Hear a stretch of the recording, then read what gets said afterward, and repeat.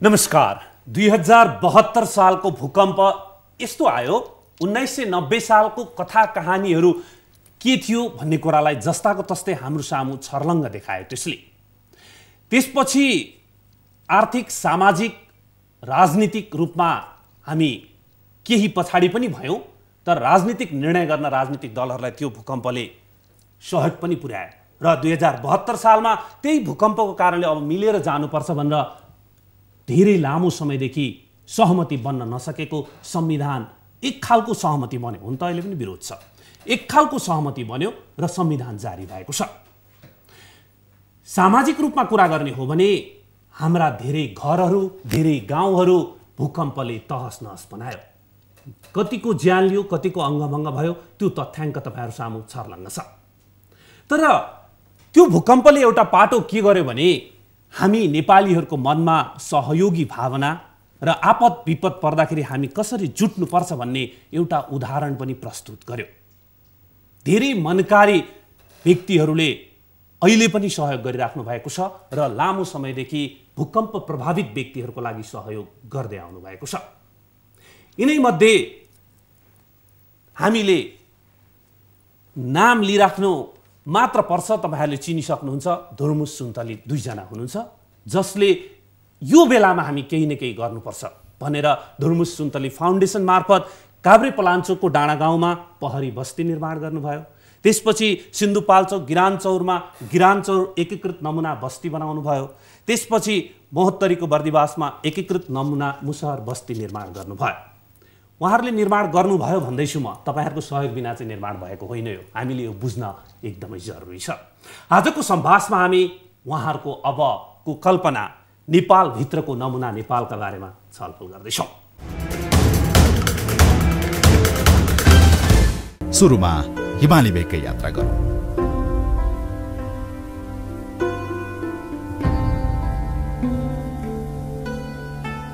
टाँसिदेलेक शेर्पा दाजु,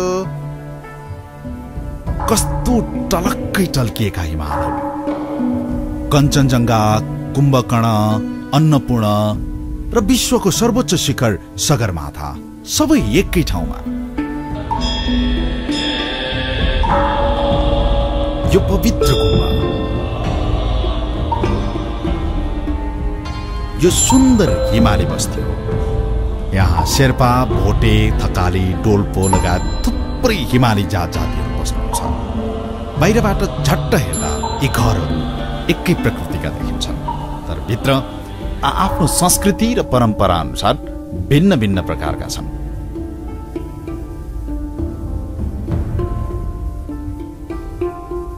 यता हिउँ खेल्ने छुट्टै ठाउँ छ। पर्यटकहरू पनि कफी पिइरहेका छन्। तर आउनुहोस्, हामी मुक्तिनाथको दर्शन गर्न जाउँ। त्यसपछि नमुना रेल चढेर पहाडी प्रदेशतिर जाउँ।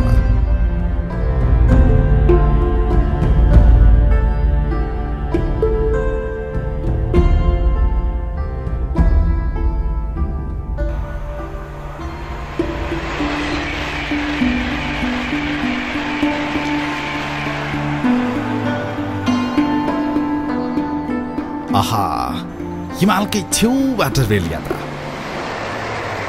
अब हामी सुरुङभित्र प्रवेश गर्दैछौँ। कति सुन्दर पहाडी भेगमा आइपुग्यो। यही हो नमुना नेपाल। आहा, क्या चिटिक्क परेका मौलिक घरहरू। घर मात्रै राम्रा छैनन् यहाँ। यी घरमा बस्ने राई, लिम्बू, गुरुङ, विश्वकर्मा, दर्जी, मगर, बाहुन, छेत्री दाजुभाउजूहरू झनै राम्रा छन्। ल हेर्नुहोस् त, पशुपतिनाथको मन्दिर पनि यही, स्वयम्भूनाथ पनि यही, अनि बौद्ध स्तूपा पनि यही। यो हो धरारा भ्यू टावर, जहाँबाट तपाईले सम्पूर्ण नमुना नेपाल एकैपटक अवलोकन गर्न सक्नुहुन्छ। यो तपाईले देखेको मैदान हो नमुना नेपालको स्टेडियम। यहाँ हिमाल, पहाड र तराईका युवाहरू सँगै मिलेर खेल्छन्। र यो हो नमुना विद्यालय। सबै जात जातिका बाल बालिकाहरू मिलेर पढिरहेका छन्। अर्कोतिर सम्पूर्ण बस्तीवासीहरू मिलेर छलफल गर्दैछन्। तपाईले यो देखेको दृश्य हो राष्ट्रिय संग्रहालयको। नेपालको इतिहास र वर्तमानका सबै कुराहरू यहाँ संग्रह गरिएको छ। नेपालको बारेमा रिसर्च गर्नेहरू सिङ्गो नेपाल घुम्न भ्याउँदैनन्, उनीहरू यहीँबाट रिसर्च गर्छन्। यो सुन्दर पोखरी जहाँ बोटिङ गर्न सकिन्छ,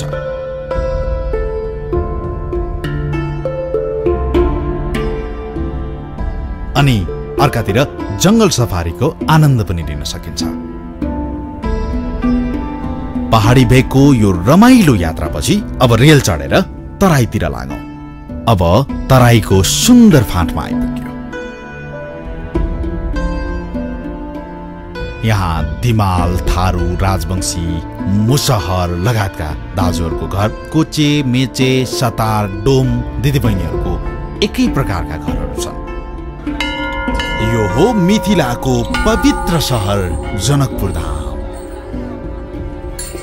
यहाँ राम जानकी मन्दिर मात्र छैन, यहाँ चर्च पनि छ, मस्जिद पनि छ। कस्तो समावेशी बस्ती। यो हो सारा विश्वको ध्यान खिच्ने लुम्बिनी, जहाँ महात्मा गौतम बुद्ध शान्तिका अग्रदूतले जन्म लिनु भएको थियो। आउनुहोस् यो पवित्र माटोमा एकैछिन ध्यान गरौँ।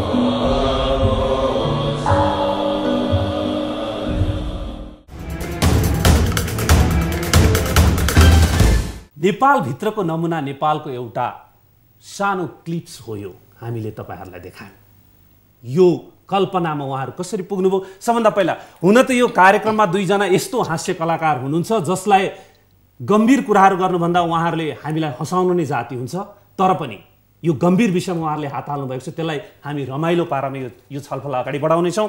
सबभन्दा पहिला सुन्तलीजी, मैले सुन्तलीजी नै भन्छु है। यो नमुना नेपाल निर्माण गर्नुपर्छ भन्ने आवश्यकता महसुस किन गरियो? सबभन्दा पहिला अलिक गम्भीर प्रश्नै छ, तर त्यति धेरै सिरियस नभइकन जवाब दिनु। होइन, सिरियस किन हुने? राम्रो कुराको लागि सिरियस हुने कुरै भएन होइन।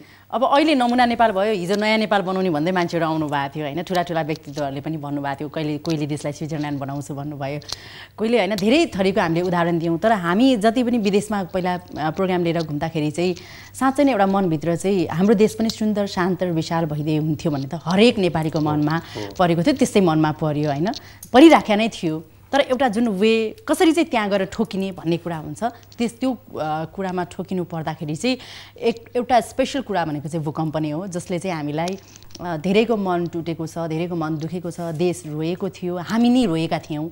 तर त्यही टुटेर फुटेर मात्र बसेनौँ, अगाडि बढ्नुपर्छ र यसले के चिज सिकाएको छ भन्ने कुरालाई सिकाएको एउटा सिकाइलाई पनि हामीले लिएर अगाडि बढ्न खोजेका थियौँ। र त्यो गर्दाखेरि चाहिँ हामीले विभिन्न राहतका प्याकेजहरू लाने क्रममा सिन्धुपाल्चोकको पिपल डाँडामा चाहिँ हामीले टोइलेट निर्माण गर्दै गर्दाखेरि चाहिँ त्यहाँको समुदाय निहाल्न पुगेँ मैले एकचोटि होइन। त्यो समुदाय, त्यो अझ स्पेसल महिला दिदीबहिनीहरू होइन, उहाँहरू बिच आपसीमै चाहिँ जातवादको विभेद देखेँ कि मैले। जुन बेला चाहिँ चारवटा घरलाई एउटा टोइलेट निर्माण गर्नुपर्ने हाम्रो त्यो तत्कालीन राहत थियो होइन, जसमा हामी जति सफिसियन्ट थियो हामीले त्यो सामग्री त्यहाँ चाहिँ लगेर टोइलेट निर्माण गर्दाखेरि चारवटा फ्यामिलीलाई एउटा टोइलेट दिनुपर्दाखेरि चाहिँ उहाँहरू राजी हुनु भएन, किनकि जातको कारणले।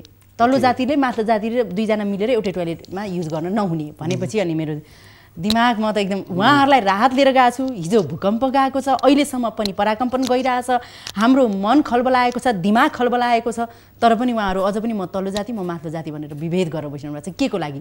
हिजो ज्यान गएको थियो भने सिद्धो त जातका कुरा पनि उहाँहरू यो चिज किन नबुझेको भन्ने मेरो दिमागमा आयो। त्यसपछि मैले उहाँहरूको त्यो सोचलाई चाहिँ कसरी के गरेर चाहिँ एक गर्ने त, कसरी चाहिँ साथीत्वपन ल्याउने त भनेर भन्दाखेरि चाहिँ मेरो मनमा चाहिँ यस्तो एउटा चाहिँ आयो कि एउटा भनौँ न चेन्ज मैले गर्छु अब यो जातको लागि, यो विभेदको लागि, अब एकताको लागि केही काम गर्नुपर्ने रहेछ भन्ने लागेर चाहिँ 75वटा जिल्लाको सबैभन्दा पीडित, हामीले काम त पीडित परिवारको लागि गरिरहेछौँ, 75वटा जिल्लाको 75 पीडित परिवार, त्यो जुनसुकै जातको पनि पर्न सक्छ, हिमाल पहाड तराई जताको पनि पर्न सक्छ। उसको कल्चर छुट्टै हुन्छ, उसको जात छुट्टै हुन्छ, उसको धर्म छुट्टै हुन्छ, उसको संस्कृति छुट्टै हुन्छ, उसको सोचाइ नै भिन्दै हुन्छ। त्यो सबै एउटा सोचाइलाई चाहिँ एकै ठाउँमा ल्याएर एउटै आँगन बनाएर जातलाई भन्दा पनि साथलाई चाहिँ महत्त्वपूर्ण एउटा महत्त्व दिएर चाहिँ काम गर्नु पर्यो भनेर लागेर चाहिँ यस्तो किसिमको एउटा चाहिँ बस्ती बनाऊँ जो चाहिँ पीडितहरूको लागि काम गरौँ र सबै जातजातिलाई त्यहाँ समेटेर एउटै आँगन बनाएर चाहिँ राख्नु पर्यो भनेर मैले उहाँलाई प्रस्ताव गरेको थिएँ। उहाँलाई भनेको हाम्रो दुर्मुसजीलाई। हजुर शिवरामजीलाई। तर दुईजना दुर्मुसजी, अब मैले यही प्रश्न किन मैले उठाइरहेको थिएँ भने अहिले साँच्चै नै हाम्रो देशमा एक खालको अहिले भर्खर सुन्तलजीले भन्नुभएको जस्तो एक खालको समस्या के आयो भन्दा जातिगत समस्या, भौगोलिक होइन विभेदहरू आयो। त्यस कारणले कतै यो नमुना नेपाल निर्माण गरिरहँदा तपाईँहरूको भिडियो क्लिप्समा पनि जुन दिनुभएको छ त्यसमा हेर्दाखेरि चाहिँ सबै जात जाति समुदायको बस्ती रहने गरी भन्ने एउटा नेपालका आइडियोलोजिकल ठाउँहरू, पुरातात्विक महत्त्वका ठाउँहरू त बनाउनु हुँदै नै छ, तर त्यहाँभित्र जुन किसिमको समाज निर्माण गर्न खोज्नुभएको छ त्यो एकताको लागि हो कि भन्ने मलाई लागिराखेर मैले पहिलो प्रश्न सुन्तलजीसँग गरेको थिएँ। अब तपाईँसँग चाहिँ हुन त हामी भिडियो क्लिप्समा दर्शकलाई देखाइरहेको छौँ, तर पनि त्यसको स्केच के हो, त्यसको त्यहाँभित्र के राख्न खोज्दै हुनुहुन्छ जसले गर्दा अहिले भर्खरै भने जस्तो साँच्चै एकता देखियोस्, साँच्चै सद्भाव देखियोस्? हो, यो एउटा एकता र सद्भावकै परियोजना हो र यो एउटा चिनारी र पहिचानको चिज पनि हो यो नमुना नेपाल। र त्यहाँ पुगिसकेपछि त्यो नमुना नेपाल हेरिसकेपछि साँच्चीकै देश नेपाल के हो त? नेपालको भाषा, संस्कृति, नेपालमा बसोबास गर्ने जति पनि जाति समुदाय, रीतिरिवाज, परम्परा, हाम्रो मौलिकता होइन, सबै चिज, इतिहास, पृथ्वीनारायण शाहको पालादेखि अहिले वर्तमान अवस्थासम्मको इतिहास र सबै जात जातिको वेशभूषादेखि लिएर सबै चिजको चाहिँ यथार्थ चाहिँ चिज चाहिँ त्यहाँ पुगेपछि हेर्न सकिन्छ, बुझ्न सकिन्छ, अध्ययन गर्न सकिन्छ। खास यसको चाहिँ स्केच भनौँ अथवा यसको चाहिँ योजना एउटै कम्पाउन्डभित्र बनेको र सिङ्गो देश नेपाल यो है भन्ने चिनारी दिने चिज हो नमुना नेपाल चाहिँ। अब एउटा भन्नु न, जस्तै यहाँहरू कार्यक्रम लिएर विदेशतिर पनि जानुहुन्छ नि, आफ्नो देशको भाषा, संस्कृति, त्यहाँको पुरातात्विक महत्त्व, इतिहास जोगाउन ती देशहरूले कतिको प्रयास गरेको पाउनुहुन्छ र त्यो त्यसले कतिको तपाईँहरूलाई इन्स्पायर्ड गर्यो? धेरै प्रयास छ नि। जस्तो अब विभिन्न ठाउँमा यस प्रकारका हामीले त अहिले कोसिस गर्दैछौँ, अहिले अवधारणा ल्याइरहेका छौँ। विभिन्न ठाउँमा पहिला कस्तो थियो, पहिलाको डेभलप कस्तो थियो, पहिलाका मानिसहरू कस्ता थिए र अहिले कस्तो भयो भन्ने चिजको विभिन्न भिडियो क्लिप्सहरू र संरचनाहरू पनि त्यस प्रकारका बनाएका हामीले देख्छौँ, हेरि पनि रहेका छौँ होइन। हामीले तिनै चिजलाई, हाम्रो यी चिजहरू अब लोप हुन लागिसके, हामीले कति बिर्सिसक्यौँ। हामी नेपाली हौँ, नेपालमा जन्म्यौँ, हाम्रो देश नेपाल हो थाहा छ, तर हाम्रो देशको पहिचान के हो, हामीभित्र कति विविधता छ भन्ने चिज चाहिँ हाम्रा अब पुस्ताहरूलाई देखाउन, बुझाउनलाई पनि एकदम जरुरी भइसक्यो। फेरि त्यो विदेशमा कस्तो छ भने मरुभूमि हेर्नु केही छैन नि, बालुवै बालुवा, गर्मी छ होइन। त्यो ठाउँमा तपाईँको म्यान मेड स्ट्रक्चरहरू हेर्नुभयो भने यति राम्रो ग्रिनरी कि यति राम्रो जङ्गल, यति राम्रो इन्फ्रास्ट्रक्चरहरू, सबै चिज यति राम्रो छ। हामीलाई त प्रकृतिले नै दिएको छ, जङ्गल दिएको छ, राम्रो चाहिँ सुन्दर तपाईँको हरियाली दिएको छ, वातावरण एकदमै हिमाल दिएको छ, नदी दिएको छ, नाला दिएको छ, सारा चिज दिएको छ। त त्यसलाई हामीले युज गर्न सकेका छैन। जहाँ दिएको छैन उनीहरूले ल्याएर युज गरेर मान्छेले बनाएको छ, प्रकृतिले ठगेको छ उनीहरूलाई। तर त्यो यो प्रश्नमा मैले फेरि पनि अघिकै कुरालाई कन्टिन्युटी गर्दै के जोड्न चाहेँ भने जस्तै नेपालमा हिमाल छ, हजुर, नदी छ होइन, त्यसपछि गएर तराईका फाँट पनि छन्, पहाड पनि छ होइन। त्यो पहाडभित्र खोज्न जाने जडीबुटी कति छ होइन। अनि त्यसपछि रहेर हाम्रो इतिहासमा पुरातात्विक महत्त्वका हामीसँग भएको पशुपतिदेखि स्वयम्भूदेखि लिएर होइन, जानकी मन्दिरदेखि बुद्ध जन्म सबै थोक छ। त्यो त्यही ठाउँमा हेर्न जान सकिन्छ। तपाईँहरूले किन त्यसलाई एकै ठाउँ ल्याउँदै हुनुहुन्छ? विशेष चाहिँ कस्तो छ भनेदेखि ती चिजहरूलाई अहिले मान्छेले लुम्बिनी, गौतम बुद्ध होइन, आफ्नो देशको होइन भनिरहेको अवस्था छ होइन। अब कस्तो छ भनेदेखि हिमालमा बस्ने एउटा शेर्पा दाजु हुनुहुन्छ, उहाँ हुन त अहिले नेपालीहरू विभिन्न देश विदेश जताततै घुम्नु भएको छ, तैपनि एउटा यस्तो वर्गहरू छ जो हिमालमा मात्र बसिरहनु भएको छ, ती मात्र सीमित हुनुहुन्छ, उहाँलाई नेपाल त्यति मात्र भन्ने थाहा छ। हामी काठमाडौँमा बसेको एकदम सभ्य नागरिक, हामीलाई नेपाल काठमाडौँ मात्रै हो भन्ने थाहा छ। बाहिर पनि हामी बुझ्छौँ, त्यसरी बुझ्छौँ होइन। हामी एकदम सभ्य नागरिक, हामी यो मात्र हो भन्ने बुझ्छौँ। तराईको एउटा यस्तो कुना कन्दरा छ, त्यहाँ हामी अपेलित, हामी मात्रै छौँ होइन, हामी मात्र पीडामा छौँ, देश हामीलाई चाहिँ देशबाट यसरी छुट्याइएको छ, हामी चाहिँ नेपालकै होइन भन्ने एउटा सोचाइ राख्ने वर्ग छ। ए बाबा होइन, हामी सम्पूर्ण नेपाली हौँ। 4 जात 36 वर्णको साझा फुलबारी कहाँ हेर्ने त? नमुना नेपालमा हेर्ने।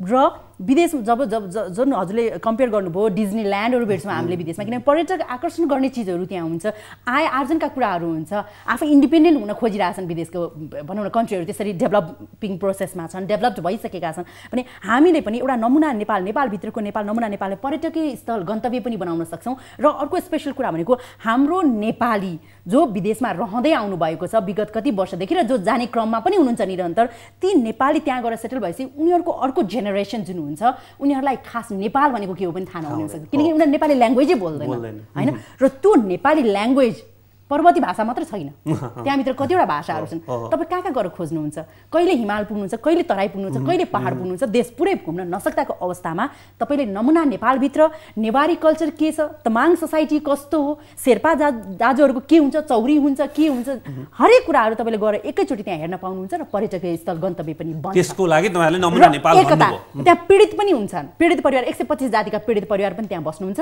र त्यहाँ एकता एकै ठाउँमा बसेको त देख्न पाइँदैन नि। हिमालमा गएर हिमाल मात्र हिमाली दाजुहरू मात्र दिदीहरू मात्र देख्न पाइन्छ, त्यो सबैजना एकै ठाउँ मिलेर बसेको देख्ने कहाँ त नमुना नेपाल। त्यसको लागि बनाउ।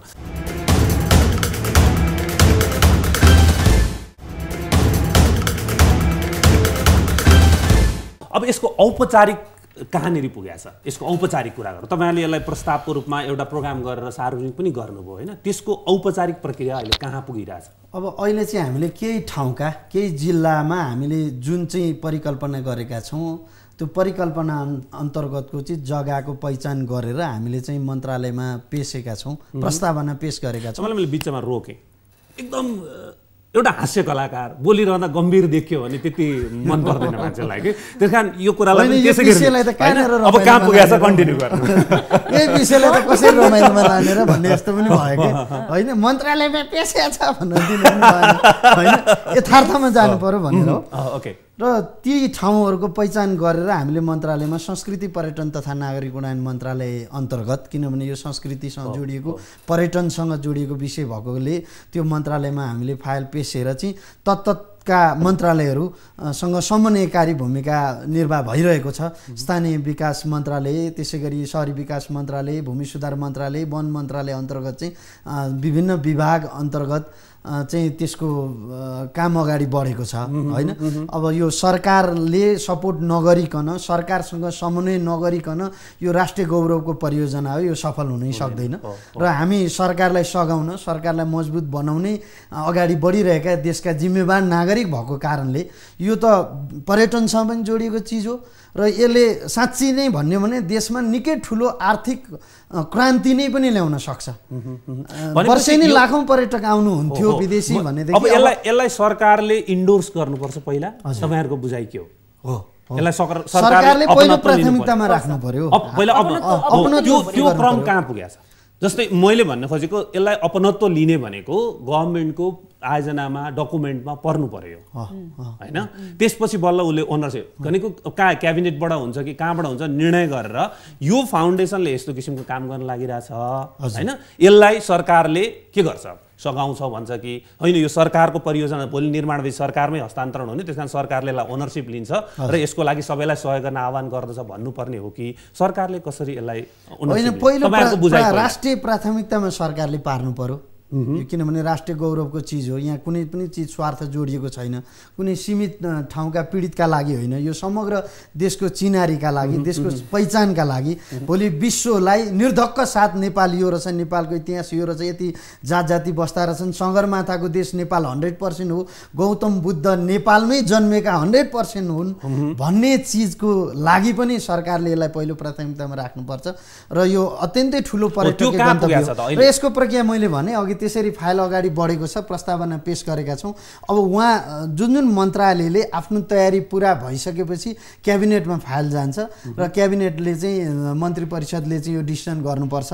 यो जग्गा उपलब्ध गराउनेदेखि लिएर हामीले बकाइदा भनेकै छौँ सम्भव भएसम्म आर्थिक सहायता पनि गरिदिनु पर्यो होइन, भौतिक पूर्वाधार सम्भव भएछ होइन, गर्नै पर्यो होइन। अब पछि सरकारले चाहिँ जग्गा मात्रै दिने, आर्थिक सहायता चाहिँ तपाईँहरूको फाउन्डेसनले जसरी पहिला जुटाएको थियो त्यसरी जुटाउनु पर्यो भनेको खण्डमा पनि हामी त बनाउने नै हो नि त, जसरी पनि बनाउने हो। तर अहिले चाहिँ के भन्दा आर्थिक सहायता सँगसँगै सरकारले आर्थिक सहायता गर्ने नै हिसाबमा सरकार सकारात्मक हुने हो भने त यो त वार्षिक बजेटको अन्तर्गत हेर्ने भने त यो त कति पनि पैसा छैन नि त 5 अर्ब सरकार भनेपछि अहिले मन्त्रालय तहमा यो कामहरू भइरहेको छ हैन त्यसपछि अब मन्त्रालयबाट ओके भएपछि त्यो क्याबिनेटमा गएर यसले औपचारिकता पाउँछ भनौँ न हैन अब सुन्नु यो जग्गा कहाँ हेर्दै हुनुहुन्छ भनेको मैले तपाईहरुको बुझाइमा कहाँ भयो भने तपाईहरुलाई यसले हामीले परिकल्पना गरे जस्तो ठाउँ बनाउनको लागि सहज हुन्छ किन तपाईहरु त्यहाँ हिउँ पनि राख्दै हुनुहुन्छ गर्मी पनि दिँदै हुनुहुन्छ के त्यहाँ एउटै ठाउँमा दुईटै हुनको लागि कता के सोच्दै हुन्छ लोकेसनको कुरा अलिकति गर्नु लोकेसन त अलिअलि फाइनल गरेरै बुझाएको हो अलिअलि भन्नु न लोकेसन चाहिँ अब काठमाडौँ आसपास नै भयो भने बेटर हुन्छ हैन किनकि हरेक तपाईको जुन भनौँ न चाहिँ जग्गाको जियोग्राफिकल स्ट्रक्चरको हिसाबले पनि काठमाडौँ छेउछाउ हामीलाई बेटर हुन्छ हिमालदेखि हामी पहाड तराई हुँदै झर्दै जान्छौँ हैन त्यो किसिमको हामीले हाम्रो स्ट्रक्चर हुने कारणले चाहिँ त्यो बेटर हुन्छ र हामीलाई काम गर्न पनि एकदमै सहज हुन्छ र अर्को कुरा टुरिस्टहरू जुन आउँदाखेरि डाइरेक्ट काठमाडौँ ल्यान्ड गरेर चाहिँ फर्स्ट भिजिट गरौँ न भन्ने एउटा चाहिँ पर्यटकीय गन्तव्य बनाउन सजिलो पनि त्यो हिसाबले हुन्छ जोसँग टाइम धेरै नहुन पनि सक्छ हैन त्यो हिसाबले हामीले हरेक हिसाबले र पीडितहरू जो बाहिर बस्नुपर्छ आउट अफ भ्याली भएका पीडितहरूलाई त काठमाडौँ ल्याएर एउटा भूकम्प प्रभावित प्लस जहाँबाट जो पनि पढ्न सक्नुहुन्छ अरु खालका अब तपाईको 75 जिल्लाबाट यसको मूलभूत आशय के भन्दा हामी टोटल 125-26 जात-जाति छौं तथ्याङ्क अनुसार हैन सम्पूर्ण जात-जातिहरुको सम्भव भएसम्म चाहिँ सांस्कृतिक प्रतिनिधित्व गराउने हो हैन त्यहाँ जाँदा एउटा जीवित संग्रहालयको हिसाबमा त्यहाँ पुग्दाखेरि शेर्पा दाजुको घर बनेको हुन्छ शेर्पा दाजु त्यही आफ्नै पहिरानमा सजिएर बस्नु भएको हुन्छ आफ्नो कर्म गरिरहनु भएको हुन्छ तराईको थारू दाजु आफ्नै पहिरानमा बस्नु भएको हुन्छ सिङ्गो देश नेपालमा कसरी जात-जातिहरु नेपालीहरु मिलेर बसेका छन् त हैन त्यो चाहिँ प्रत्यक्ष रूपमा हेरिने हो नमुना नेपाल भन्ने चीज अब त्यहाँ चाहिँ विस्थापित अब त्यहाँ भित्र अझ म अहिले प्रवेश गर्छु पहिला यो लोकेसन तपाईहरु घुम्नु हो हैन हामीले विशेष गरी काभ्रे भक्तपुर ललितपुर नुवाकोट धादिङ यिनै आसपास हैन सिन्धुपाल्चोक काठमाडौँ उपत्यकाले अब इन्भिटेसन चाहिँ बाहिर पनि छ उहाँहरूले चाहिँ भनिरहनु भएको छ बाहिरतिरबाट आउनुस् हाम्रो ठाउँमा तपाईहरु योजना मात्र ल्याउनुस् यहाँ हैन नमुना नेपाल यता ल्याउनुस् सबै हामी गर्छौं फन्ड रेजिङको काम पनि गर्छौं भन्नुभएको छ भन्न चाहिँ त्यो किसिमको माया श्रद्धा गर्ने चाहिँ गरिरहनु भएको छ नेपालीहरुले हैन तर अब एक हिसाबले सोचेर मात्र भएन नि त अल ओभरअल सोच्नु पर्यो त्यो सोच्दाखेरि परियोजना फेरि सफल बनाउनका लागि जुन परिकल्पना गरेको भूगोल छ नि जुन सोचाइको हामीले भिडियोमा सार्वजनिक गरेको छ यहाँले अघि भने जस्तो हिउँ खेल्ने कुराहरुदेखि लिएर सबै चीज र जति पनि हामी पीडित परिवारको परिकल्पना गरेका छौं सबैलाई एडजस्ट हुने वातावरण पनि मिल्नु पर्यो वातावरणीय हिसाबमा पनि त्यहाँ पुग्दाखेरि त 2 महिना ल्याएर राखेर म त गर्मीले मरे छटपटाए भनेर हिमालबाट आएको पीडितहरु चाहिँ विस्थापित हुने अवस्था भने त्यो पनि ठिक भएन तराईबाट आएको पीडितलाई पनि एडजस्ट हुनु पर्यो त्यसका लागि चाहिँ यो भूगोल अथवा जुन भौगोलिक बनावट छ त्यो पनि मिल्नु पर्छ धेरैले त बाहिर आउनु पर्यो काठमाडौँ उपत्यका वरिपरि नै जहाँ विकास छ त्यहाँ किन गर्नु पर्यो यस्तो राष्ट्रिय गौरवको परियोजना भन्नुभएको छ हैन निर्धारित समयमा सक्नका लागि पनि र जति विदेशीहरुलाई हाम्रो नेपाल के हो भनेर चिनाउनका लागि पनि डाइरेक्ट एयरपोर्टबाट फुत्तै त्यो नमुना नेपालमा पुर्याउनका लागि पनि हामीले चाहिँ यही आसपासै बेटर होला भनेर अब त्यसको लागि जमिन कति भन्ने पनि तपाईहरुले गरिसक्नु भएको छ जमिन चाहिँ हामीले सुरुमा 500 देखि 1000 पनि भनेका थियौं तर फिल्डमा पुगिसकेपछि चाहिँ त्यसलाई बढाउनु पर्ने बाध्यता देखियो जुन स्ट्रक्चरको परिकल्पना गरेका थियौं हामीले त्यसले चाहिँ अहिले हामीले 1500 देखि 2000 पनि भनेका छौं त्यति नै प्रस्तावना पेश गरेका छौं मन्त्रालयलाई अब भित्रको कुरा अघि उहाँले उठाउन सुरु गरिसक्नु भएको थियो हैन एउटा जीवित संग्रहालय भनेपछि एउटा शेर्पा दाजु भाउजू हैन उहाँहरुको अथवा एउटा हामी अघि उहाँले थारू दाजु भाउजूको कुरा गर्दै हुनुहुन्थ्यो हैन जो जाति हुन्छ उहाँहरुको परिवारै त्यहाँ बस्छ हजुर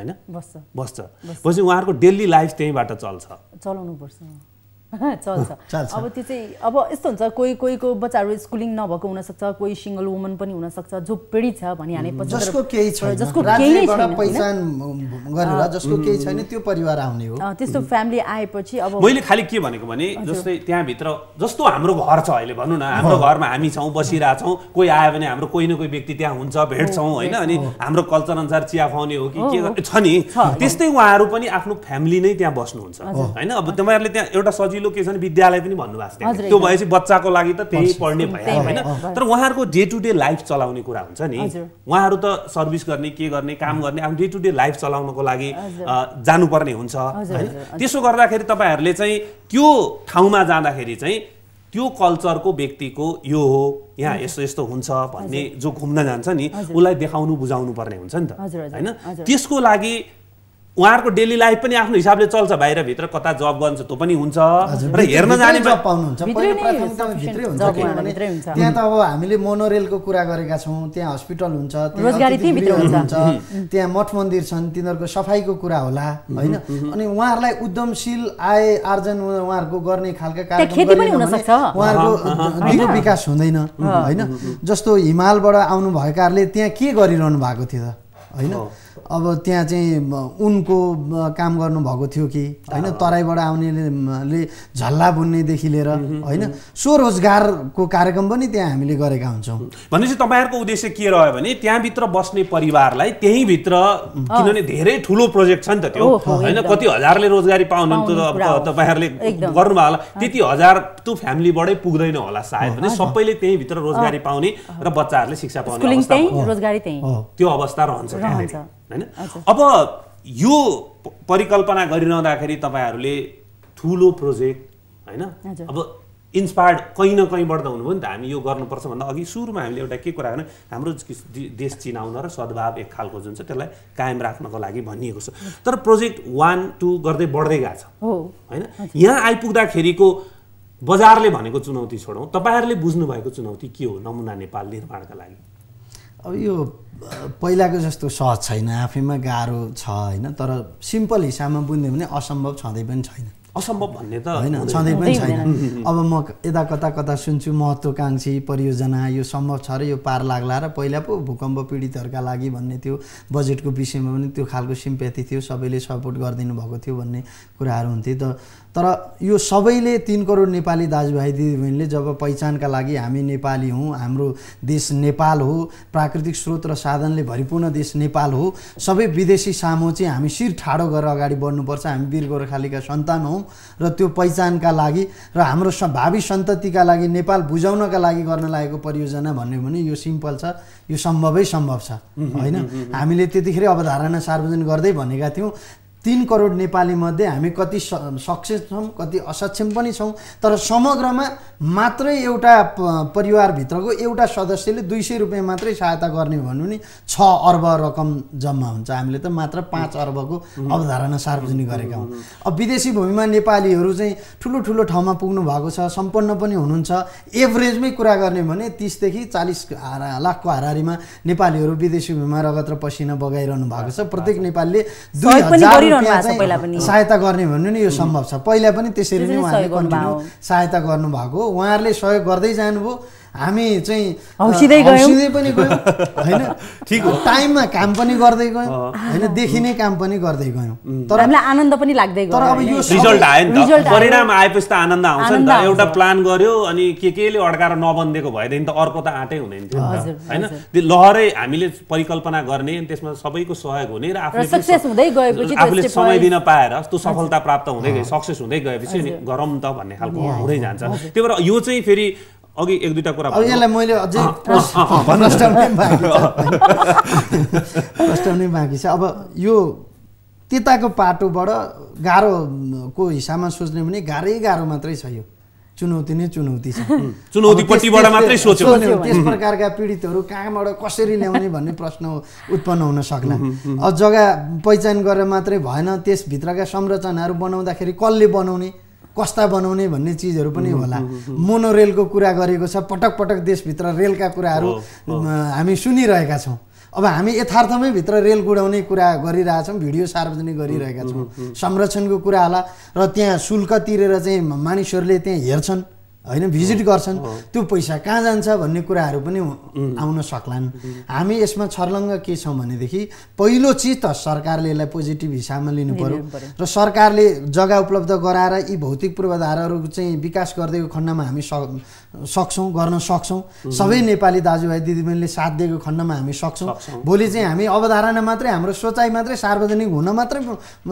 पनि बेर लाग्दैन किनभने हामीसँग स्रोत र साधन त छैन हैन हामीसँग त्यो परिपक्वता अनुभवले परिपक्व होलाउ तर हामी आर्थिक हिसाबमा परिपक्व छैनौं हैन र यो चीज चाहिँ गरिरहँदाखेरि यो निर्माण गरिरहँदाखेरि जसरी वर्षेनी लाखौँ पर्यटकहरू देशमा भित्रिनुहुन्थ्यो, अब 1 लाख पर्यटक आउनुहुन्थ्यो भने अब 10 लाख पर्यटक आउनुहुन्छ होइन। 10 लाख पर्यटक नमुना नेपाल मात्रै हेर्न आउने होइन, सिङ्गो देश हेर्न आउने हो। सगरमाथा हेर्न आउनुहुन्थ्यो, चढ्न आउनुहुन्थ्यो भनेदेखि अब लुम्बिनी पनि पुग्नुहुन्छ, अब पोखरा पनि पुग्नुहुन्छ, अब जोमसोम पनि पुग्नुहुन्छ, किनभने नेपालको सबै इन्फर्मेसन नमुना नेपालमा पुगिसकेपछि थाहा हुन्छ। एउटा हेर्न आएको पर्यटक 10 ठाउँमा पुग्यो र विदेशी पर्यटक आएर मात्रै आर्थिक क्रान्ति अथवा आर्थिक समृद्ध हुने होइन, देशभित्रका आन्तरिक पर्यटकहरू, सुदूरपश्चिमको कल्चर पनि त्यहाँ हुन्छ होइन, सुदूरपश्चिमको संस्कृति पनि त्यहाँ हुन्छ, सुदूरपूर्वको पनि हुन्छ, मध्यपश्चिमको अथवा मध्यमाञ्चलको संस्कृति अथवा समग्र नेपालको सबै चिज त्यहाँ हुँदाखेरि सुदूरपूर्वको मान्छे पनि हेर्न आउँछ। देशभित्रै चाहिँ आर्थिक चाहिँ एउटा चाहिँ के भनौँ आर्थिक हिसाबमा चाहिँ लहर आउँछ भनौँ न होइन। अब यो ठक्कै भाषामा स्थिति त कस्तो छ भने पशुपति जान्छु दर्शन गर्छु भन्दा भन्दै बित्नु भएका बुवा आमाहरू पनि हुनुहुन्छ नेपालभित्रै, बाहिरको कुरा गरेको छ। लुम्बिनी जान्छु एकचोटि भगवान् बुद्धलाई दर्शन गर्छु भने त्यो बुद्धमार्गी व्यक्तिहरू गर्छु भन्दा भन्दै बित्नु भएको पनि व्यक्तिहरू पनि हुनुहुन्छ होइन। त्यस कारणले त्यसलाई एकै ठाउँ समेट्नु भनेको अब मैले यो आर्थिकको मात्रै कुरा गरेँ, मेरो यो पुरै भएकै छैन कि अझ धेरै बाँकी छ त के रोक्दिउँ त बिचमा रोक्दिउँ भने रोक्दिउँ, आएको कुरा भन्ने त हो नि। हामी आर्थिकको कुरा यो नमुना नेपाल बनिरहँदाखेरि सरकारले प्राथमिकतामा पारिरहँदाखेरि देशभरि यस प्रकारका विकासका चिजहरू हुन्छन्, सुरु हुन्छ। अहिले जति पनि स्थानीय निकायको निर्वाचन पश्चात जति पनि जनप्रतिनिधिहरू आउनुभएको छ उहाँहरू साँच्चीकै विकास प्रेमी यदि हुनुहुन्छ भनेदेखि हामी आशावादी हौँ, सबैजना विकास प्रेमी चुनिएर आउनुभएको छ। उहाँहरूले आफ्नो ठाउँको पहिचानका लागि आफ्नो जिल्लामा यस प्रकारका संरचना, बाटोघाटोदेखि लिएर पार्क बनाउनेदेखि लिएर सिटी बनाउनेदेखि लिएर अब कहीँ डाँडा काँडामा केबल कार हाल्नेदेखि लिएर विभिन्न योजनाहरू बनाएर छिटोभन्दा छिटो कार्यान्वयन हुँदै जान्छन् र एउटा देशभरि विकासको लहर ल्याउनलाई पनि यसले महत्त्वपूर्ण भूमिका खेल्छ होइन। अब अघि पनि मैले भने गाह्रो हिसाबमा सोच्ने भयङ्कर छ, सजिलो हिसाबमा सोच्ने भने सजिलोसँग बनाउन सक्ने अवधारणा र सोचाइ यसको बजेटकै कुरा अब यति भएपछि मेरो सक है अब बाँकी नै छ किनभने बनाउनु छ नि त।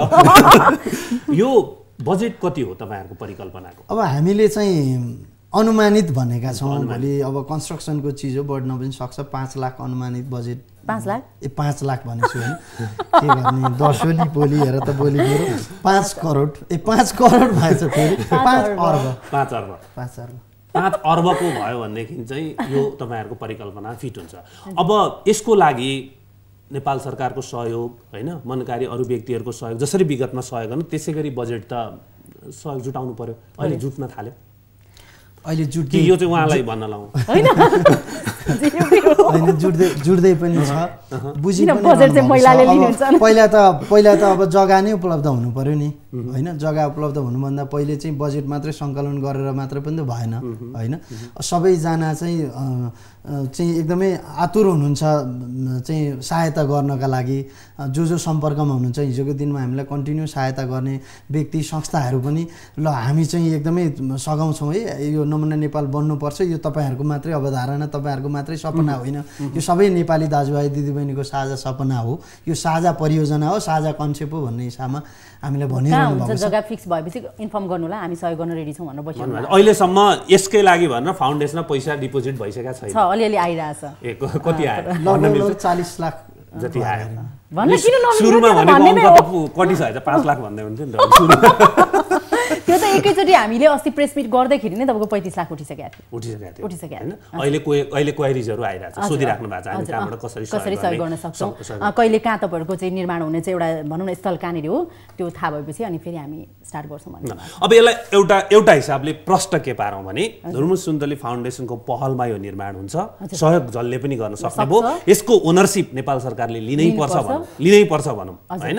यो त लास्टिङ जाने चिज हो नि त, निर्माण गर्ने मात्र होइन नि त होइन। यसलाई त अब सस्टेनेबल हिसाबले लानलाई त अनि अपरेसनको कुरा पनि छ, सञ्चालनमा पनि त ल्याउनु। त्यसलाई चाहिँ त्यो बुदा मेरो अघिको छुटेछ। जस्तो भोलि सञ्चालनको विषयमा चाहिँ त्यो भित्रको सञ्चालन मा जति पनि खर्च अपरेटिङ कस्ट त्यहाँ खर्च गर्नुपर्छ त्योदेखि बाहेक उब्रेको पैसा अथवा त्यो बचेको पैसा एउटा कोषमा जम्मा हुन्छ र देशभरि चाहिँ यस प्रकारका संरचना बन्ने मात्र नभएर स्वास्थ्य शिक्षा सरसफाइ जहाँ जहाँ चाहिँ सामाजिक काम गर्नका लागि चाहिँ हाम्रो आवश्यकता महसुस हुन्छ हामीले चाहिँ त्यो देख्छौँ हेर्छौँ त्यस प्रकारका ठाउँहरूमा चाहिँ हामी खर्चिन्छौँ पीडित असहाय अशक्तका लागि मात्र नभएर समग्र देश निर्माणका चिजकामा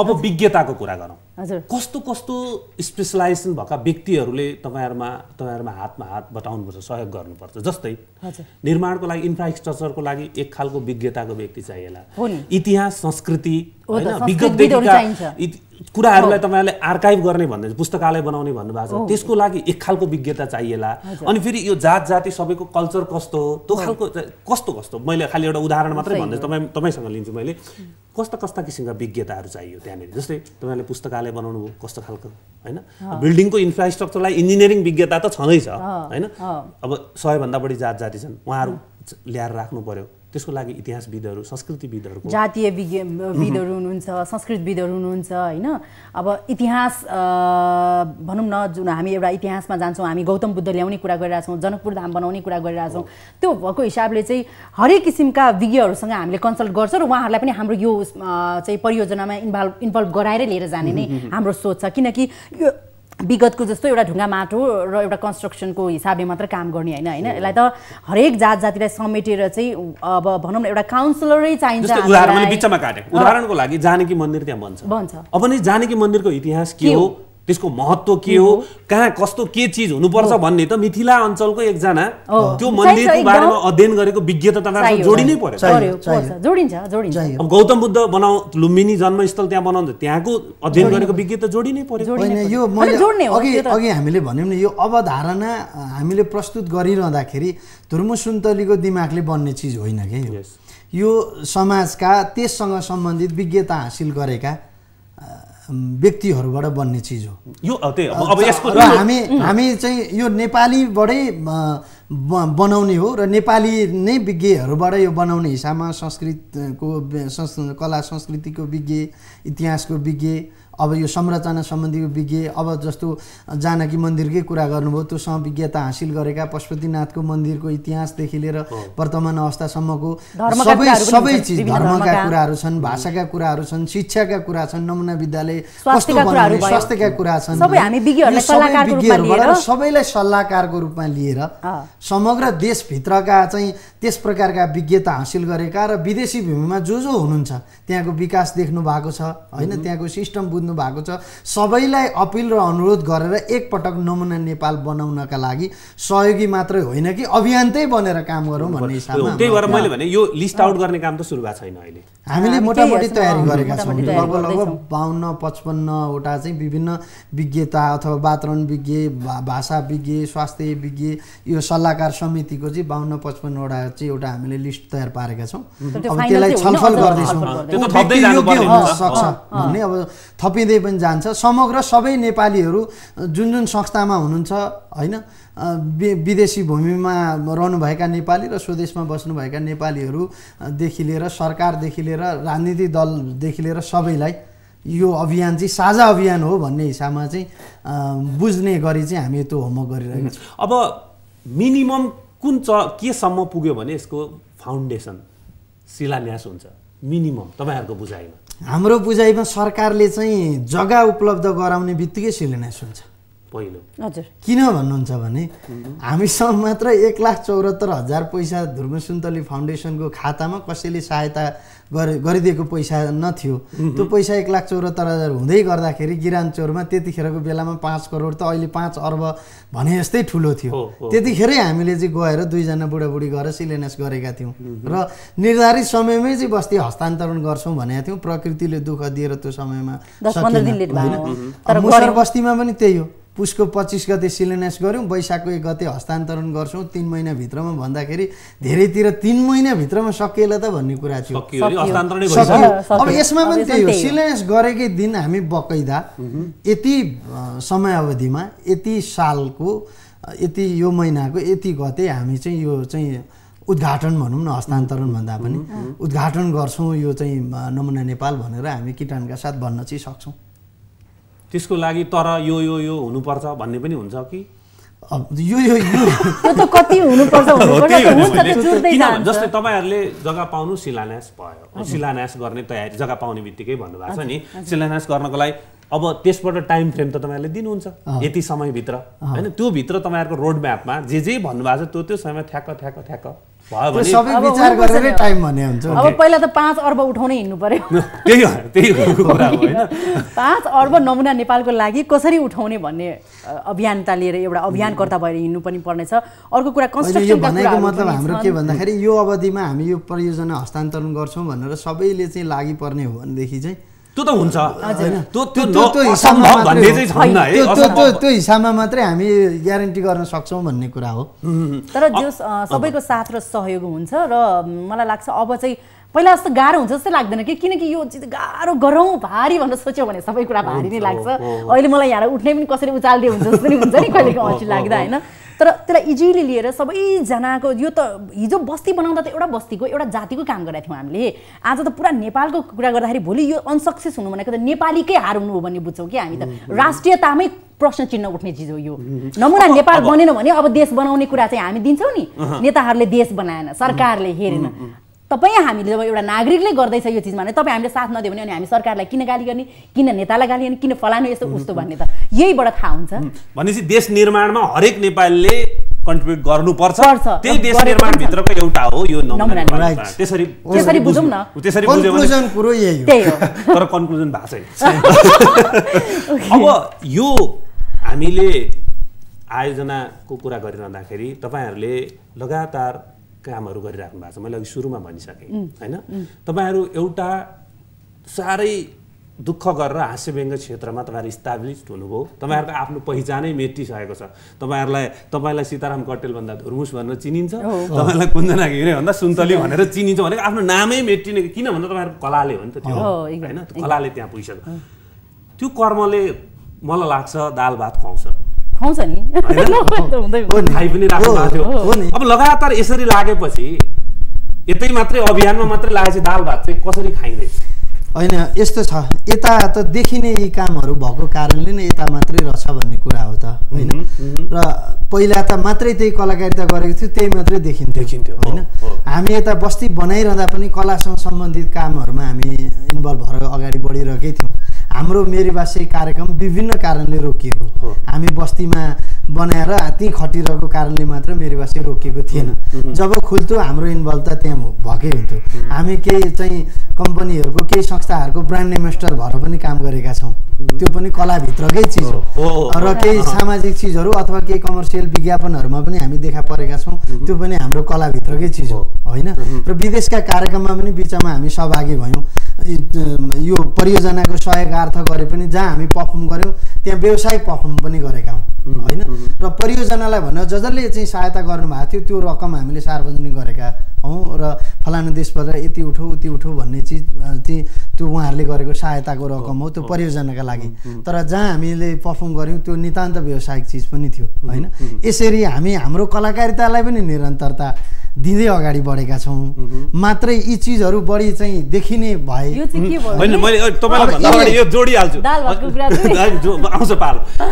कस्तो भने मेरीबासी अहिले देखिन्छ नेपाली टेलिभिजन आइरहेछ नि त होइन। तपाईँहरू देखिनु न, कहिलेकाहीँ तपाईँ त्यो वृद्ध हजुरआमा मैले अहिले बिर्सेँ होइन, त्यसको क्यारेक्टरमा देखिनुहुन्छ कुञ्जनाजी चाहिँ होइन। तपाईँ त त्यति देखिनु पनि राख्नु भएको छैन, त्यही भन्दैछु मैले। अनि यतापट्टि अभियानमा लगाएर राम्रो काम गर्दा गर्दै आफ्नो चाहिँ खुस्किने हो कि भन्ने खालको कुरा गर्नलाई मैले यो प्रश्न गरेँ। सही कुरा यस है। मैले तपाईँले दाल भातमा लड्जोड्नु भयो, एउटा दाल भात एकातिर छ, करियर आफ्नो हबी आफ्नो इन्ट्रेस्ट एकातिर छ है। दाल भातै खानलाई गाह्रो छैन, कलाकारिता गर्न पनि पर्दैन भन्यो भने हामीलाई नेपालीले दाल भात खुवाउँछन् अब बुझिसकेको छ होइन। किनकि आज धुर्मुस सुन्तली यो एउटा प्रोग्राममा आइदिनु न, आइदिएको मात्र पनि चार्ज कति लाग्छ, हँसाउनु पनि पर्दैन भन्न थालिसक्नु भयो। किनकि सामाजिक एउटा विगतको दुःखको परिणाम हो नि त। किनकि हामीले समाजमा निस्वार्थ काम गरेको थियो न, त्यो फल उहाँहरूले हामीलाई दिइरहनु भएको छ र त्यो आनन्दले आज हामी यत्रो नमुना नेपाल प्रोजेक्टमा पुगेका छौँ। सो दाल भात खानालाई मात्र गाह्रो छैन यसो, तर आफ्नो इन्ट्रेस्ट कलाकारिता र जुन हामीले बच्चा बेलदेखि देख्दै आएको एउटा सपना चाहिँ एउटा हाम्रो एम भन्ने चिज कलाकारिता चाहिँ छ त्यो चाहिँ स्टप हुँदैन र त्यसलाई पनि हामीले जे होस् साइडमा हामीले हरेक क्यारेक्टर गरेर हामीले मैथिलीमा गरेका छौँ मुन्नी भन्ने बनाएका छौँ ज्योति चलचित्र बनायौँ त्यो ज्योति सर्ट मुभी भनेको चाहिँ बाल मैत्री सम्बन्धी चलचित्र छ र त्यसको फेरि छुट्टै अनुभव लिइरहेछौँ क्या हामीले त्यसले गाउँ गाउँमा सो गर्दाखेरि फेरि हामी त्यसमा चाहिँ एउटा अवेरनेस खालको प्रोग्राम छ जसले चाहिँ हो ध्रुव सुन्तलीले अहिले गाउँ गाउँमा जनचेतना पनि ल्याउन थाले पहिला त लफङ्गा लफङ्गी जस्तो देखिन्थ्यो एउटा क्यारेक्टर होइन टिभीमा कट्टु लगाएर ध्रुमुसे कट्टु भन्ने मलाई लाग्छ है तपाईहरुलाई के तपाईहरुले अध्ययन गरेर त्यो समाजमा भएको कुनै चरित्र नै बोक्नु समाजमा त्यस्तो चरित्र छ त अनि त्यसलाई लफङ्गा लफङ्गी नभन्नु किन धेरै जनाको आइडल पनि हुन सक्छ के त्यो होइन सुन्तलीले धुर्मुसलाई लफङ्गो भनिरहेको बोलीचालीको भाषामा त्यही आयो त्यो होइन त्यो क्यारेक्टर मान्छेले किन होइन मैले भन्न खोजेको के भने त्यो हेर्दाखेरि हाफ एन आवर मेरी भाषा हेर्दाखेरि जस्ट इन्टरटेन गर्ने हिसाबले हामी त्यो प्रोग्राम बनायौँ त्यहाँबाट ठुलो केही लेसन लिने थिएन नि त हेर्दा रमाइलो आधी घन्टा मान्छे मुड अफ छ भने फ्रेस भयो नि त त्यो एउटा हामीले हँसाउने काम गर्यौँ अहिले सामाजिकबाट नै हामीले हँसाउनै खोजेका हौँ र योबाट चाहिँ अलिकति लेसन लिएरै हाँसिरहनु भएको छ मान्छेहरू ध्रुव सुन्तलीलाई हेर भन्न थालिसके युथहरूले चाहिँ ए हामी विदेशिनु पर्दैन अब हामीले हाम्रो देशमा पनि काम पाउँछौँ हामीले केही गर्न सक्छौँ भन्ने एउटा उदाहरण दिँदै गयौँ यो पनि हँसाउने काम भयो यो चाहिँ सस्टेनेबल हँसाउने काम भयो होइन र त्योभन्दा बाहेकको अहिले मैले भने प्रोजेक्टको जुन हामीले काम गरिरहेको हुन्छौँ स्वास्थ्य सम्बन्धी जनचेतना जगाउने सम्बन्धी त्यसबाट पनि मान्छेलाई इन्डाइरेक्टली उनीहरू चाहिँ भनौँ न इन्फ्लुएन्स भइरहेछ ए यस्तो पनि हुँदो रहेछ भन्ने कुराहरू होइन शिक्षाका कुराहरू चेतनाका कुराहरू पनि हामीले त्यो पनि सर्ट मुभीबाट गरिरहेछौँ र त्यहाँबाट पनि सन्तुष्टि मिलिरहेछ र त्यहाँ त सँगै कलाकारिता पनि गर्न पाइरहेछौँ झन् धेरै एउटा फतौरी सुन्तली बाहेक अरू क्यारेक्टर फतौरी अघि मैले हजुरआमाको नाम भन्न बिर्सेँ सम्झाइ फतौरी फतौरी फतौरी त देखिरहेछ अब अलिकति गम्भीर कुरा तपाईहरुले दृश्यमा हेर्दा गम्भीरै हुनुभयो ठीक छ त्यसलाई मैले स्वीकार अघि मैले गम्भीर नहुनु भने चाहिँ अब भयो के किनभने तपाईहरुले त्यो काम गरिरहँदा सँगै गएर इटा पनि उठाउनु भएको छ बेल्चा पनि हान्नु भएको छ त्यो घर निर्माणमा श्रम आफ्नो पनि दिनु भएको छ तर त्यहाँ तपाईहरु मात्रै हुन्न त्यो समाजका व्यक्तिहरू पनि जोडिएर गर्नु भएको छ यो गम्भीर कुरा किन भनेको भने हामी कहाँ 2004 सालदेखि राजनीतिक आन्दोलन सुरु भएको अहिलेसम्म सिद्ध्या छैन अहिले पनि आन्दोलनै छ हामी कहाँ सही जनमानसले अब यो राजनीतिक आन्दोलन सिद्धिएर स्थायित्व भएर देश समृद्धिमा गए हुन्थ्यो भन्ने चाहन्छ भन्ने हाम्रो बुझाइ हो तपाईहरु सँगसँगै उहाँहरुसँग त्यो गाउँमा काम गरिरहँदा उहाँहरुले पसिना पुसिरहँदा के भन्नुहुन्छ नेपाली जो सामान्य धेरै ठुलो इच्छा आकांक्षा पनि राख्नुहुन्न के भन्नुहुन्छ उहाँहरु तपाईहरुसँग देशको बारेमा चिन्ता के भएर गम्भीर भनेको मैले अब हर नेपाली चिन्तित हुनुहुन्छ छिटो देश विकासको गतिमा अगाडि बढ्दियोस् हैन देशभित्र चाहिँ कुनै पनि पीडाहरू नहुन् हैन सबैको चाहना नै त्यही छ गर्दिए हुन्थ्यो एउटा चुनाव आउँछ एउटा प्रतिनिधि चुनेर पठाउँछौँ अनि त्यो फेरि अर्को चुनाव आएको बेला मात्रै उसको अनुहार हेर्न पाइन्छ हैन हामीले विकासका कुराहरू लिएर जाँदाखेरि कहिले टाइम पाउने कहिले छलफल गर्ने कहिले जनतामुखी सरकार हुने यस प्रकारका कुराहरू नै गर्नुहुन्छ हामीलाई पनि हैन र अब यत्रो भुइँचालो गयो संसारलाई थाहा छ नि त संसारलाई थाहा छ संसारले सपोर्ट गरे हो नि त पहिलो देशको प्राथमिकताको विषय नै पुनर्निर्माण थियो अहिले पनि 2 वर्ष बितिसक्दाखेरि पनि भूकम्प पीडितहरूको अवस्था जहाँको त्यही नै छ भन्नुपर्छ एभरेजमा कुरा गर्ने भने अब केही घर बनिरहेका छन् त्यो एउटा पोजिटिभ पाटो भयो तर तत्कालै गर्नुपर्ने चिज थियो नि त हैन ती विषयलाई लिएर पनि गाउँका मानिसहरू चाहिँ हामीसँग त्यस प्रकारका कुराहरू गर्नुहुन्छ हैन ठीक छ मैले अब यस्तै तपाईसँग धेरै जस्तो दाजुभाइले कुरा गर्नुभयो होला दिदीबहिनीले के भन्नुहुन्छ दिदीबहिनीको समस्या झन् फरक खालको अन्नबालीको समस्या हुन्छ हैन उहाँहरु देशप्रति ठुलो चिन्ता छैन मैले भनेको दिदीबहिनीहरुको समस्या फरक खालको छ झन् हैन त्यसकारणले दिदीबहिनीहरु देशको चिन्ता गर्दा के भन्नुहुन्छ अथवा समग्रमा तपाईसँग एकचोटी चाहिँ डोको सामान त्यहाँ झारिसकेपछि माटो झारिसकेपछि पसिना पुस्दै गर्दा के व्यक्त गर्नुहुन्छ उहाँहरूलाई चिन्ता यस्तो छ नि आफ्नो बच्चाहरू कसरी पढाउने हैन अब हामीसँगै काम गरिरहँदा अन्नबालीका कुराहरू हुन्छन् खेतीपाती गर्न पाइरा हुँदैनन् हैन अनि त्यसपछि अब हुन त हामी सँगै खान्छौँ सँगै खाने बस्ने गर्छौँ अब सुरुको बस्तीहरूमा त हामीले नै उहाँहरूलाई खाना पकाएर खुवाउँथ्यौँ उहाँहरूले सहयोग गर्नुहुन्थ्यो हैन अनि त्यो हिसाबमा चाहिँ उहाँहरू सीमित एउटा पारिवारिक तनाव बोकेर बढी बसेको देखिन्छ जति पनि गाउँघरको दिदीबहिनी है जो चाहिँ गाउँघरबाट निस्किन पाउनु भएको छैन शिक्षाको कमी छ उहाँहरूमा हैन बच्चाहरू बल्ल बल्ल स्कुल जान थालेछन् र हामीले त्यहाँ चाहिँ तपाईहरूले त आफ्नो जिन्दगी त पाखा पखेरामा बिताउनु भयो अब आफ्नो बच्चाको भविष्य पनि त्यही बिताउने तपाईले भोगेकै चिज तपाईको छोरीले भोग्ने त भनेर चाहिँ मैले पर्सनली दिदीबहिनीहरूलाई धेरै कुरा गर्छु र स्वास्थ्यको हिसाबले पनि उहाँहरू धेरै कमजोर हुनुभएको अवस्थाहरू छ होइन र कतिपय ठाउँमा चाहिँ दिदीबहिनीहरूले चाहिँ तपाईँको जस्तो हस्बेन्ड मेरो बुझ्ने हुनुहुन्न भन्ने कुराहरू पनि आउँछ। महिलाको लागि श्रीमानको भूमिका एकदमै महत्त्वपूर्ण छ भन्ने गरी बुझौँ त्यसलाई। त्यसरी बुझ्नु जसरी उहाँहरूले मेरो श्रीमानलाई लिएर हेर्नुहुन्छ होइन तपाईँलाई हरेक कुरामा अब हाम्रो एक्टिभिटिज हेर्नुहुन्छ हामी 24 घण्टा सँगै हुन्छौँ होइन र त्यो एक्टिभिटिज हेरेर उहाँहरू एकदमै भन्नुहुन्छ क्या काश यस्तो श्रीमान मैले भेटेको मेरो घर यस्तो हुन्थ्यो होला मेरो परिवार यस्तो हुन्थ्यो होला भन्ने कुराहरू। अनि अब कतिको श्रीमानहरू ड्रिङ्क गरेर आउने होइन अब बच्चा बच्चीहरू त्यहाँ भइरहेको हस्बेन्ड वाइफको डिस्कसन त्यहाँ हुने त्यो बच्चाहरूले के सिक्ने अनि त्यो चिजहरू बच्चाहरू स्कुल गएर आए पनि घरमा राम्रो वातावरण हुन सकेन भन्ने कुराहरूदेखि लिएर